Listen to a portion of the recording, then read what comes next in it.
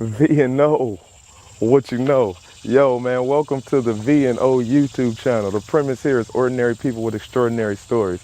But what you also gonna find is the views and opinions, man. So you're gonna find conversation, you're gonna find inspiration, you're gonna find motivation. Yo, check us out, V&O, what you know. But have you ever thought, what if this is all just a dream? And we're just waiting in line to wake up? And most people think I'm insane. Once you realize that all the shit you used to care so much about just keeps you a prisoner of your own mind.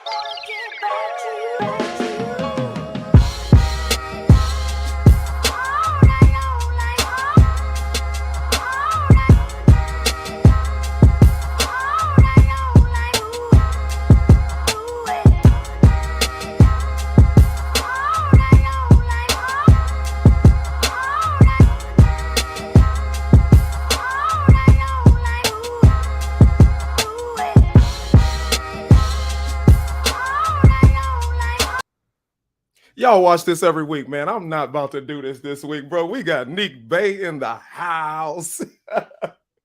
V&O, what you know. We still ordinary people with extraordinary stories. Hey, what's up, man? Welcome back. Thank y'all for coming again. I appreciate you. Yo, I'm so excited, man. And I'm not gonna talk like I usually do. Y'all know me, man. I could run a whole hour just talking about myself. So go ahead. We about to do this. 168 miles to go.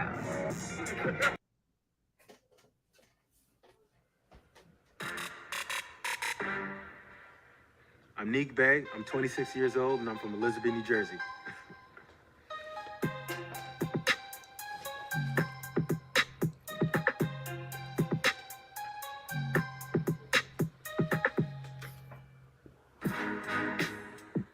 Being that I'm a very private...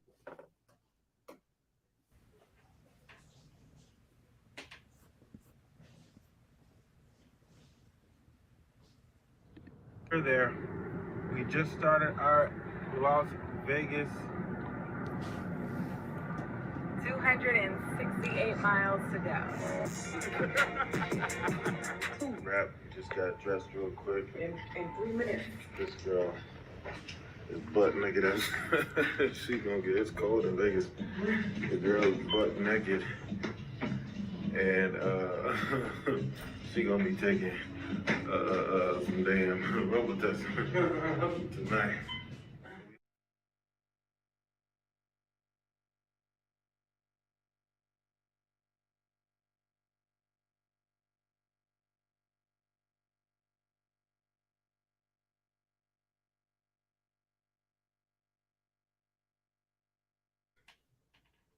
Yo, we got Neek Bey in the house. Neek!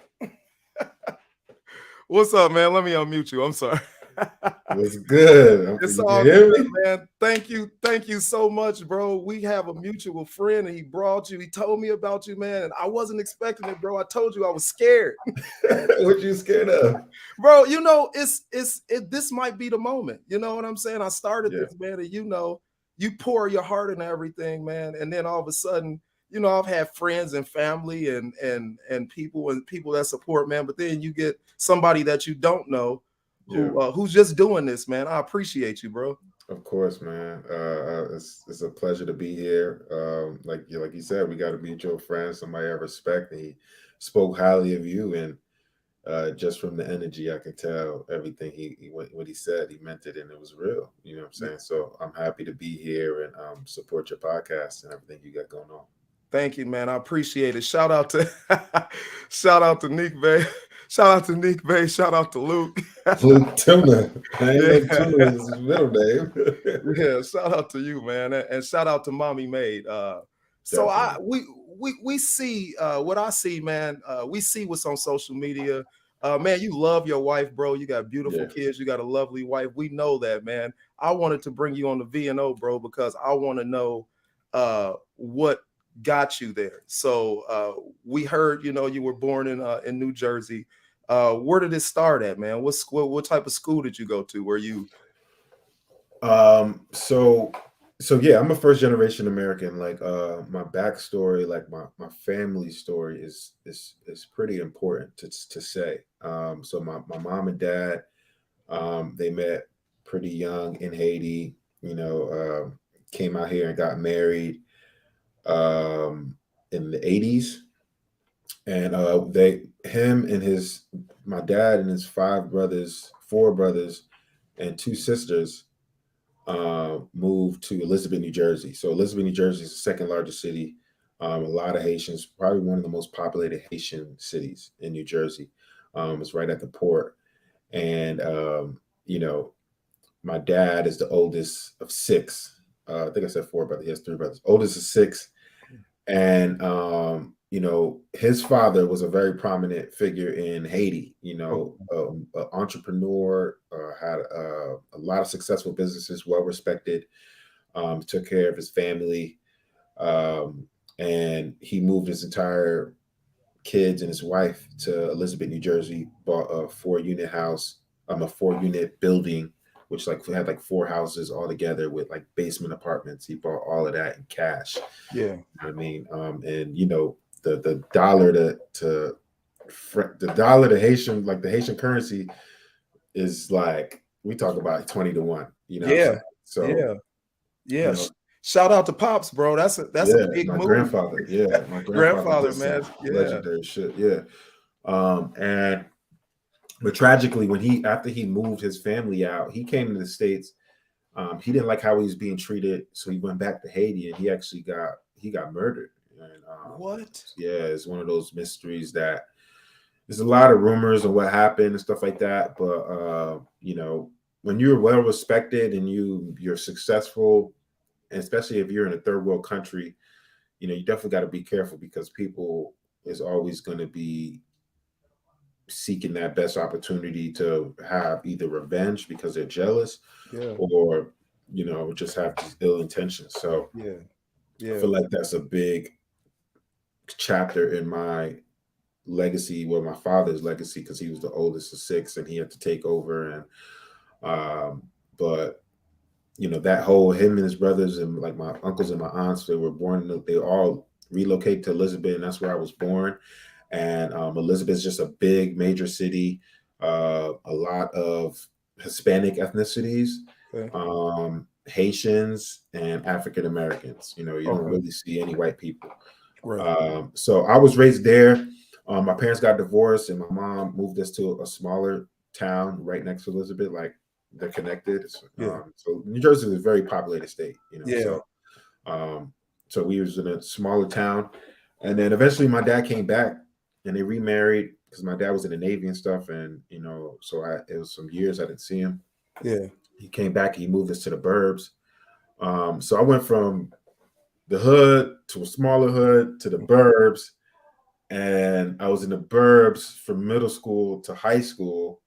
And you know, my sibling, you know, he was my older sibling. He wasn't because my dad left the time. Yeah.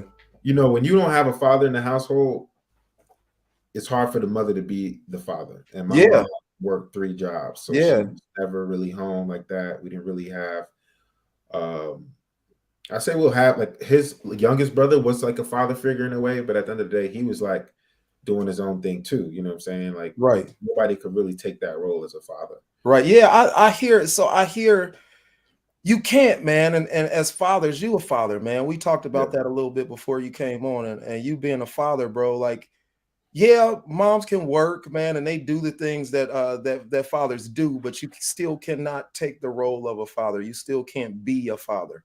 definitely. It's hard to you can't be a man. You know what I mean? Shout out to all the single moms out there, Yeah, and not taking nothing away from you, but fathers are special, man. very We important. really are. Yeah, we don't give birth to the child, but we are special. But yeah, man, I understand that with your brother. How was the adjustment to the suburbs for you? Because I got a similar deal. I lived in Gary, Indiana. I Okay, moved just south, and it was different. right. No, it was way different because I didn't grow up with like white people like that. You know, Caucasian people, however you want to call it. I didn't grow up with them, so I didn't really have any prior experience before moving to the suburbs. But you know, when I was in the hood, I was always a class clown. I was always making jokes, so nothing really changed with that. Like I came into the suburbs, and I also played ball, and I was just cracking jokes, and I was I was the funny black kid, you know what I Yeah. mean? But I was really popular, through middle school and high school. But by my sophomore year, it was like a huge fight in my high school. Like my brother was, he just had a really bad attitude. He always Yeah. was like starting shit, Yeah. running into problems, and I found myself in a situation of just having his back and having to fight too. You know what I mean? Because he done Yeah. pissed off so many people. And this is a white school, so it was such like local attention to what happened. It was just like a big situation. And my dad, he's a Haitian man. He's very prideful, so he ended up moving us back to the hood in high school. So Really? we went back to Elizabeth High School, and and I got to see it all over again. Like I don't know if you watched Lean on Me. Yeah. It's exactly like that. You know what I Yeah. mean? Like metal detectors every door, Really? gang fights. Yeah. I walked on my first day in there. There was security. I found like a gun in the locker room and stuff like that. Like Wow. it was really intense. And you went from a strict school situation where you couldn't even have a phone on you Yeah. to being in these classrooms where we playing spades, we texting, we taking calls. Right. Like the teachers just didn't care. You know what I Yeah. mean? Yeah. And luckily by my senior year, because junior year I actually got kicked off the basketball team at this high school, at Elizabeth High School, because me and the star player and a few others, we was like playing around with the fire extinguisher, and they only had the star player on camera. Yeah. Oh no, they had me on camera without the extinguisher, so it didn't show that I was using it. Right. But the head coach wanted me to snitch on who it was, Yeah. and I didn't. So he kicked me off the team, and I ended up moving back to Scotch Plains. You know what I Okay. mean? And So you jumping all over the place. That's where yeah, you went there, yeah. came back, went there. It might have been a good move. Go ahead. I'm sorry. Go ahead. It might have It been was a good. it Yeah. was a great move because that junior year, my guidance counselor, he put me onto the college fair in the school where all the colleges were going to be there, including Howard. And I forgot her name. I think her name was like Karen or something like that. And I met her, and she kind of was like, "Look, you got to get your grades up. You got to like." She's letting me know everything I need to do to get into the school. And I was like, "Bet." And I went back to Scotch Plains just to take it serious, take school serious. I was Yeah. just playing ball. I never pushed myself in school, Yeah. and I would just get like B's and C's. You know what I mean? Maybe a D here and there. But I just never studied or did nothing. So my senior year at this school, like I just did a full 180. I had all A's. I signed up for all the tough classes too. It wasn't like no light classes. Like I was Yeah. in all the organizations, a few orgs I was president for, like the Black Student Union.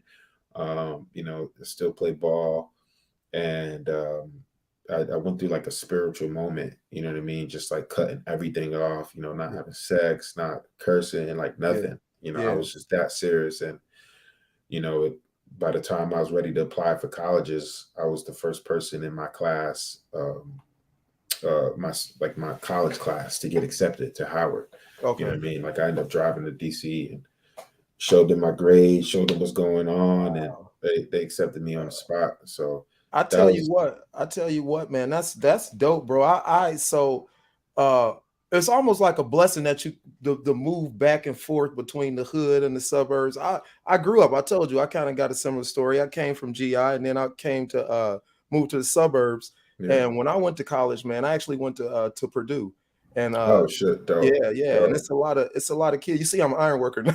Purdue's a hell of a school. It was a lot of kids down there, man, from the Northwest Indiana, South Chicagoland area. You from Right. Chicago, so you know Northwest Indiana area. Yeah. And I noticed, man, that like, I said I'll be out partying, man, with all my friends, and a lot of them from GI, from Fort Wayne, some of them from the hood, man. And I'd be like, all right, man, they like, I see you tomorrow in class. I'm like, man, it's 1 o'clock in the morning. Ain't nobody about to go to that class. They was going to class. I wasn't. Right. I didn't appreciate it. They appreciated it. Right. That hood kind of make you appreciate.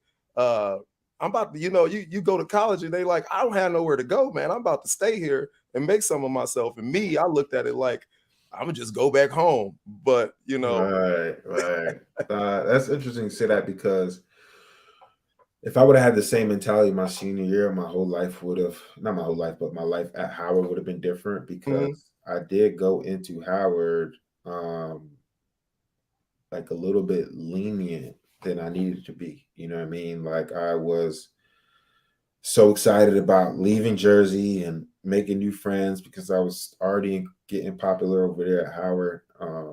Because I had ran the whole Howard Facebook group. Like, I was meeting everybody. Like, I done made my whole crew before I even got to Howard. really, Matter of fact. really, Yeah. So, I came in there. I was having a great time. yeah, Honestly, Howard yeah, is like 70% women. Like, it could really distract you. You yeah, know what I mean? And yeah, like what you just said, like, a lot of people that was partying, like, they was making sure their grades was good too. These yeah, people, these kids, they don't play that. You know what I mm-mm, mean? And yeah, I kind of got pulled into,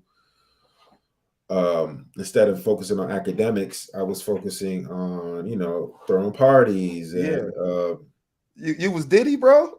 You I was was, I was I was young Diddy for right, sure. I was right. young. It's because and it's funny because, like, a few weeks before I met Diddy, I used to intern at JP Morgan. I had got into this crazy program that allowed me to get an internship. So I was at not JP Morgan, Morgan Stanley, in the IT department, and so suited up every day, all the summer before Howard, and walking out one of the buildings, I bumped into Diddy, and he was one of my biggest influences, like, Really, growing up, for sure. really, And he was on the same shit, like, he throwing part of the biggest parties. yeah. um, and I was throwing parties. Me and my homies, we call ourselves the Goodfellas. And he You was had a involved. name too. Yeah, the Goodfellas. That's Yeah. what's up. And he was involved in the music shit, and that's what ended up taking my attention. I Yeah. started managing this artist. His name is Ashton Travis from Houston, Texas. Okay. And What were and you, 18, bro? I was 18. Yeah. 18. Let me stop you there real quick, Yeah. because like you started talking about throwing parties. Let me just ask you, what made you go HBCU? I have a lot of I got Yeah. a diverse crowd, man, and a lot of people don't even know about Howard and HBCUs, man. Like, you had Yeah. other places you could have gone. Yeah, I actually applied to a few HBCUs, but it's really Howard was my early application. So I really didn't apply to anywhere else, because I applied to Howard early application. So Okay. when everybody applies for colleges, Yeah. you can apply at the standard time, or you can do early applications to get in, to find out if you can get in earlier. Okay. So Howard was the first and only college I applied to. And what made me apply there was the summer before that senior year. Like, I made that decision that I'm going to take everything serious. Hmm. And I just Googled the number one Black school. Like, I wanted to go to a Black school, and Okay. I just Googled it, and I seen Howard University. I didn't really know about Howard. Okay. So it wasn't until I'm doing my research, we're looking at videos, and then I went on a tour, and it was just like magic. Yeah. It was like, Yeah. you ask anybody that went to Howard, once you Oh, step to the yard, yeah. especially like when you see students, and it's nice. It's just the city of DC is just, I mean, not the city, the district. It's just the vibe, the energy. It was just like, it felt like heaven, bro. Honestly. Yeah, yeah. It's almost like, man, you gotta be something coming out of there, man. It's like I call it Black Harbor, man. It's like a black Yeah, yeah, kids mecca, man. You see black yeah, excellence, man. It's on display. You know what I mean? And we don't get to see that, man. You know what I'm saying? yeah, We don't get to see that all the time. It's not always on the news, more so now. I mean, it is now, but we don't always get to see that. So shout yeah. out, man. Shout out to Howard. Shout out to Neek Bey. I'm sorry, I didn't mean to interrupt you. No. I'm glad you asked that, because that's exactly how it went down. Yeah, And Howard is just one of the top best decisions I've made in my life. And and I got involved in music management early, because this kid that I ended up putting in my crew, because I came in there with my two best friends, and I found my other best friend from Virginia, and this other dude from Texas, because everybody was uploading videos on Facebook Yeah. of introductory videos, and I see these two dudes, and I'm like, man, I could see myself being cool with these guys. So I brought them into my crew of 3, and we made 5. So this one dude was just really talented. He was a poet. He was I forgot the poetry club he was in, but it was a national poetry club. Okay. And he was sick. Like, the dude could freestyle. He could sing. He was just like he was like on his Drake vibe. Right. Okay. He's super talented. Yeah. And my focus went to like everything like that everything that when I put stuff into things, like I come with the same vibe, feeling, energy. Yeah. So at that moment, I gave him my energy and my vibe. Right. As a manager, I read books about being a manager. He just came out of a group, and this was his first solo career. Yeah. And me telling the story is pivotal because he didn't necessarily blow up. Yeah. He ended up signing with Def Jam, but it didn't work out later on the word. Like, he didn't blow up? Not like with me during that time, but right, I'll go into because there was crazy things that actually went down because people think I graduated Howard. I didn't. I dropped out. Oh, snap. All right. Yeah. So I dropped out of Howard by my sophomore year, and he dropped out before me. I didn't even know. Wow. But before that, I was getting him performances all over campus. We had dropped 3 solo projects where I was using my refund check money to executive produce these, probably get him in the studio and all of this stuff. And it was me and my best friend was helping with marketing, and I had my other best friend. Yeah. Both of these are godparents of my second child, helping with the publicity. So he ended up being like a college. He was definitely the top artist in at Howard. Like, he was just dumb talented. Yeah. And my best friend's dad, my best friend Jimmy's dad, got us into a competition in New York City. He is good friends with Lenny S. That's Jay-Z's A&R. Oh, okay. So we go to this competition. It was probably like 4 different rounds. So there'll be like hip hop veterans as judges, and you would have to you would have to make a song and then remix a song. Okay. He was winning every round. Really? He won the entire competition. What's Till's name, man? His name is Ashton Travis. Ashton Travis. So I haven't heard of him. So yeah, Ashton Travis. Yeah. So this was like our big break here, obviously, because the winner was supposed to get signed with Def Jam, and this is Jay-Z's A&R. Still to this day, this dude is a pretty prominent figure in hip hop. Still Jay-Z's A&R. He manages DJ Khaled. He manages a whole bunch of folks, and he's an executive at Rock Nation. But my artist didn't. Basically, he gave him beats to rap over, and he didn't like do it. And so that opportunity kind of fickled away. And my position is to orchestrate that, make sure he does it. Right. But what was going on was, and it is what it is. But he was working directly with the artist. Okay. And like I was young, and I dealt with this in my entire music career because I was probably in the music industry from 18 to about 22. Okay. 22, 23. Yeah. And the reoccurring situation I've always been is being the young, hungry motherfucker being taken advantage by the older dudes. Yep. They know more, they're more experienced, they've been through more, and they can do so. They're way more finesses than I could even understand. You know what I mean? So it was an uncomfortable situation for me because I wasn't involved to do because we did 3 projects. So it was nothing for him to do 4 records. So he was just calling him up like, yo, come to the studio. And you was like, you went to the studio? Well, nah, he was calling him to record. There was no studio. He was just telling him to record the demos. And it was no information like, yo, I need you to do this, yo, do this. It was just them direct communication. Right. So that eventually fickled away. And but we had dropped a phenomenal project called Good Vibes, where we was getting calls from Mary J. Blige people, MTV, like people wanted to people wanted to sign this project. Yeah. You know, but you know, after that whole Lenny S situation, I found out that Ashton dropped out. When I actually dropped out, he was like, "Yeah, I dropped out too." I'm like, "Oh damn!" I moved to LA when I was 20, and before that, before I moved to LA, maybe like 4 or 5 months ago, one of Ashton's good friends came to stay over our house, and that was Travis Scott. And oh snap! Another dude named Jason. So they was dude, that's what I'm talking. Man, look, when you talking about it like this, but like, bro, when you go to Howard, you kicking it with Travis Scott. He's staying over on the couch. You know what I'm saying? Diddy coming in the bank.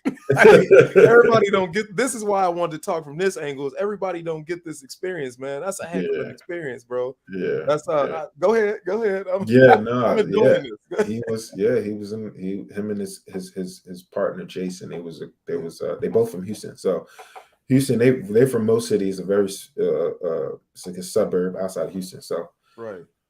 Travis was a phenomenal producer. Like everybody knew he was one of the best producers coming out of the whole town. You know what I mean? Yeah. He also wanted to be an artist, and he was kind of finding his sound. He was more like pop. You know what I mean? And so when I dropped out, Ashton dropped out. Travis, I later found out that Travis dropped out his college in Houston. You know, I moved to LA and Travis moved to LA without us communicating like, oh, we're gonna be in LA. So when I got there, what took you to LA? Like what? So it's funny, man.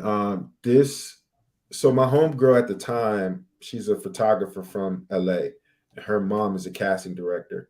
And I told her that I wanted to go to LA to be an agent because I figured that I can try to get into that industry and I can help my artists on the film and the music side. Yeah. And get him in the shows and movies and stuff. And because I just felt like he was that talented. And she hit up her mom. She's like, "Yo, you need to holler at this dude named Charles King." And Charles King is he was the biggest black agent. He graduated from Howard Law, but he was running the entire William Morris agency. He's like one of the first black person that had this agency. Wow, and I don't know if you ever watched like Entourage. Yeah. So you know Ari. So Ari's the Jewish agent, the one that the powerful one, the crazy one, the star of the show. Right. the main character's agent. So he's a real person. His name is Ari Emanuel. So Charles King worked under Ari Emanuel. He controlled the entire film and TV market. Wow. Okay. So he actually gave me a call while I was at Howard, and my giddy ass was like, he was like, "What do you want to do?" And I was like, "I want to work in the mailroom. I want to start blah blah blah." He was like, "All right, like come to LA." Yeah. And I really wish I had that call recorded because I'm not sure if he said that verbatim, but I took it as I need to go to LA because I can now get a job at the mailroom. Right. So I sold all my shit, subleased my room, dropped out. Wow. And moved to LA, on a whim. Wow. And it's the craziest thing because he had like 4 or 5 assistants. Yeah. Changing. Within the time frame of me being there for 4 months, there probably was like an assistant or 2 a month. So I'm emailing, I don't know what's going on. So I'm emailing, it's always a new assistant. Like, hey, I'm the new assistant. Please fill me in on what's going on. And I'm like, hey, I talked to Charles. I'm like, I'm here to work in the mailroom, blah, blah, blah. And I just never got progress. So while I was there, I was just working out and just trying to figure out what I need to do. And the only person I really knew out there was Travis. So I would link up with Trav and, we'll smoke and he'll play me these beats. And I'm just like, wow.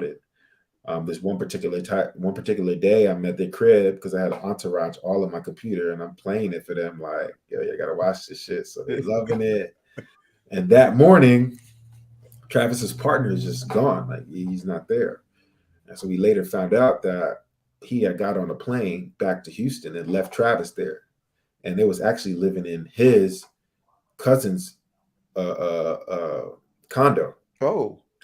And he told him, like, yo, I had to just get up out of there. I ain't like how we was living. Because, the grind in LA is real. Like, you ain't eating like that. Right. They smoke more than they eat. Yeah, right. So, like the money for the weed ain't there. Like, Right. because even when I was with him, like he'll have maybe $4 worth of gas in his car. And we just put Wait, enough bro, gas Travis to Scott drive. wasn't Travis Scott. He was just a dude, huh? Just Yeah, nah, we was 20, so we was on a grind, bro. Right. You know what I mean? So Right. so this dude left him, and then his cousin ended up calling him, like saying, like an hour later, like, yo, you got to pack your shit and get up out of there. Oh. And he didn't have no place to stay. I just remember across the street, and he was just crying because it's like, yo, this nigga fucking dicked me over. I mean, he fucked me up. Like, I ain't got nobody out here. Yeah. And he couldn't stay where I stayed at because I was crashing. I was paying for a couch to sleep on. Right. So, at your homegirl's mom's place, right? Nah, she just hooked me up. I had to okay. find a crib. Like when I moved there, I stayed in. I got a 2 weeks. I had a 1 or 2 week sublease. Right. Where I had a bed, and every day I was searching for my crib. I didn't know where I was going to stay. Bro, people paying for couches in LA. Like, you don't hell even get... yeah, bro. What?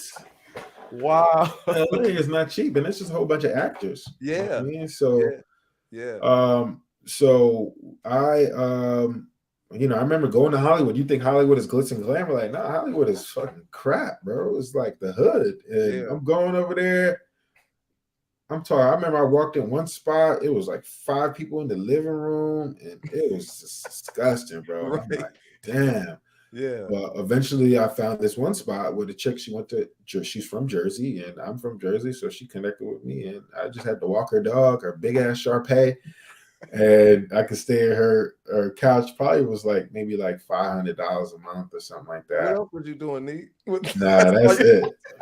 She was a baddie too. So if I get cheap rent, I would have definitely seen what's up. But nah, I just had to walk her big ass dog a couple times a day. But yeah, so he got kicked out of his crib, and I remember just being across the street. I had got him breakfast, and he just crying and shit and trying to figure it out. He ended up staying at a friend's house, a dorm in USC. So he was located there. Wow. Eventually, I moved out of LA because it's not working with Charles King, but I had gotten a call that my artist, my boy who throws festivals, he wanted my artist to open up for Kendrick Lamar. So this is when Kendrick Lamar he didn't blow up yet. Like he just had I think he was starting to. Okay. It's 2011. Yeah. 2002. No, this is like 2000. Yeah, 2011, early 2011. Okay. So I move out, go to DC for this show, meet Ashton there, and he does the show, and then and I end up moving back to Jersey. And then Mary J. Blige people started hitting me up, and they wanted Ashton. And so I kind of finessed it with him, like, yo, get me into the label. Like, I want to intern at a label. Right. And I started interning under L.A. Reid and Sylvia Rhone. That's dope. And I was going to the city for free, working there for free, which is funny because I was illegally interning there. You're supposed to get paid or get college credit. I wasn't getting nothing. I was working here. I would get. Well, you would dropped out, right? So I dropped out. No college credit, no pay, no nothing. You can't intern in a Sony buildings without either or. So what were you doing for money, bro? I think the statute of limitations should be up. So what was you? I was still 20, and my mom would give me like, I think she was giving me like $50 a week, bro. Wow, man. And I was basically, I'll take $30 to get my Metro card because I end up living with my grandma in Brooklyn. Like $30 for my Metro card and $20 would just be food for the week. Wow. You know what I mean? Yeah. Wow. So let me stop you right there, man. And I want you to remember where you at. Y'all, this is ordinary people with extraordinary stories, man. I had asked, bro, this is crazy. I asked Neek, man. I told him, man, I wanted to get this side of the story out because I'm doing this podcast, right? And the whole thing is, man, I always say if you don't quit, if you just keep going, that you gonna do something with yourself. And bro, how many times could you have possibly just been like, you know what, forget this, man. Like I'm doggone near homeless. I'm working for free. Hard time, bro. I went through some really fuckery shit, bro. Yeah. Because my personality never changed. I'm always loyal. Yeah. You know, I'm always, you know, have some sort of sense of integrity. I'm a team player. Yeah. You know what I mean? I grind. Yeah. So when you're in the hands of wrong people, you can really get burnt a lot of times. I've failed a lot of times. Yeah. Yeah. So it's one of those stories where it's like, nah, you can't quit, because all of these failures build you up to be, you know, not only that same person, but better, smarter, you know, faster, more efficient. You know what I mean? A gut that you can trust, you know, guidance from the universe and you know, whatever spiritual being you look up to. You know what I'm saying? Like every single step got me to where I need to go, not even be where I need to go. So like I'm busting my ass at this internship and I'm trying to figure out how I can get a job out of it. Yeah. And I'm working in the perfect department, is the A&R department, where they do all the signings. So I'm like, I got to get somebody signed. And you know, I've been working with Ashton Travis. I've worked with Travis Scott. Right. And nobody knew who they were. Right. So, Travis who? Right. So, you know, now that I'm in New York, and you know, Trav ends up finding out that me and Ashton been going to the studio. This studio we've been going to because when we won the competition, we had a lot of connections, and this particular connection was a producer named Omen who did a few songs with Drake and Wayne, and like one of the nicest, dopest dudes I've met in my life in the game, still to this day. And he would have us come in the studio, and we'd go in there around 11 o'clock, and we'll leave at like 6, 7 in the morning. You know what I mean? And the studio, Stadium Red, I think it's shut down now, but Stadium Red he's a house producer in there, as well as Just Blaze. So we'll see Just Blaze all the time. Dope. Yeah. I'm sorry, man. We got people backstage just busting